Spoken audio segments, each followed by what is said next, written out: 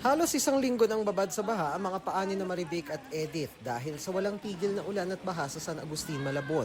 Lumikas man, araw-araw silang lumulusong sa baha para kumuha ng gamit. Kinakabahan syempre, wala naman kaming choice kasi ganito talaga rin. Sa kuko ko, masakit. Bakit? Gahakot ng mga damit. So, paano na? Basa nga damit mi. Paano na? Yun, tiis. Alam daw nila ang peligro ng leptospirosis kaya kasama na sa lakad nila ang pagpapakonsulta sa barangay. Sa Navotas, maraming binaha ang nagpatingin sa health center. Humingi ako dito ng gamot para sa leptospirosis.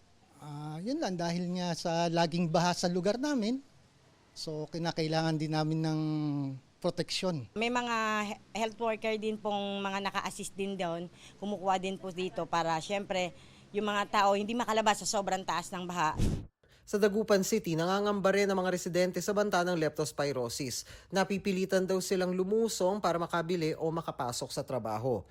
Lalo kapag may sugat, hindi naasahan, yun nga, nakakatakot. Ayon sa Department of Health, inaasahang sa isang linggo o makalawa posibleng makita ang datos ng leptospirosis bunsod ng 3 nagdaang bagyo at habagat. Ang mga pasyente ng leptospirosis na dumadating ngayon ay malamang sa malamang hindi pa galing kay Emong o kaya kay Dante. Baka kay Krising pa sila nung mga nakaraang 1 hanggang 2 linggo nakaraan. Ayon sa Department of Health, 1 hanggang 2 linggo ang incubation period ng leptospirosis na karaniwang sanhi ng bakteriyang nakukuha sa ihi ng daga. Paglilinaw nila, hindi basta-basta dapat uminom ng prophylaxis kontra leptospirosis na doxycycline. Kung nabaha, dapat daw magpa-check up tulad sa health center kung saan libre ang konsultasyon. Kapag mali ang pag-inom, pwedeng mawalan daw ito ng bisa laban sa mga mikrobyo at maging mas mahirap gamutin ang simpleng impeksyon. Kinakabahan nga tayo magkaroon ng resistance kaya nga ayaw na kami sabihin kung paano siya inumin. Ang antibiotic kapag ating tinungga na parang anting-anting ay mas lalo pong lumalakas yung mikrobyo. Dagdag pa ng DOH, bawal ang doxycycline sa buntis at mga nasa edad 12 pababa. Bukod sa leptospirosis, problema ng ibang binaha ang alipunga. Ginamot ko naman, ayaw.